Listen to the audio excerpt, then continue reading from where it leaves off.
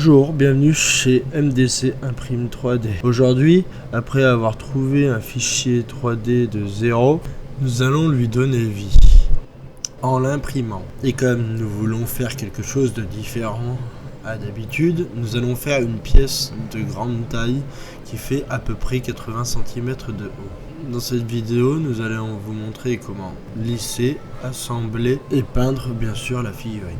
J'utilise essentiellement des outils de Green Stuff qui sont vraiment très pratiques, comme les différentes pinces, la perceuse à main et la petite lame de cutter qui me permet d'aller dans les endroits où je ne peux accéder avec des lames plus grosses. J'utilise essentiellement pour le lissage de la millipute et de la pâte à bois.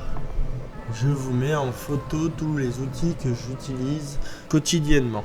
Pour finir, j'utilise ces gommes de ponçage du grain le plus fort au grain le plus fin pour terminer le lissage de ma sculpture. Comme il reste forcément des trous, je réutilise de la pâte à bois et je viens le lisser avec une éponge humide. Je laisse sécher et je recommence à poncer.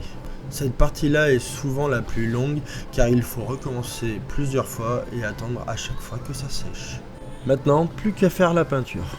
Et là, c'est facile, un coup de bombe de secouche, puis quelques couches de blanc répétées plusieurs fois, une couche de noir dans la bouche et les yeux, et il nous restera plus qu'à peindre ce joli collier en rouge. Ceux qui se posent la question, oui, nous avions imprimé le collier et le nez en rouge, mais cela ne nous plaisait pas, je n'avais pas le résultat que je voulais. Je n'ai pas beaucoup filmé la peinture car malheureusement la pièce est tellement importante qu'elle devient trop compliquée à filmer pendant ce temps que je peins. J'ai tendance à devoir beaucoup la tourner et comme elle est énorme, elle me gêne même pour peindre. Pour simplifier la peinture, il aurait peut-être fallu les peindre et les assembler après. Mais vu que j'utilise de la pâte à bois, ça devient plus compliqué à mettre en œuvre. Surtout pour ne pas voir de défauts sur les lissages.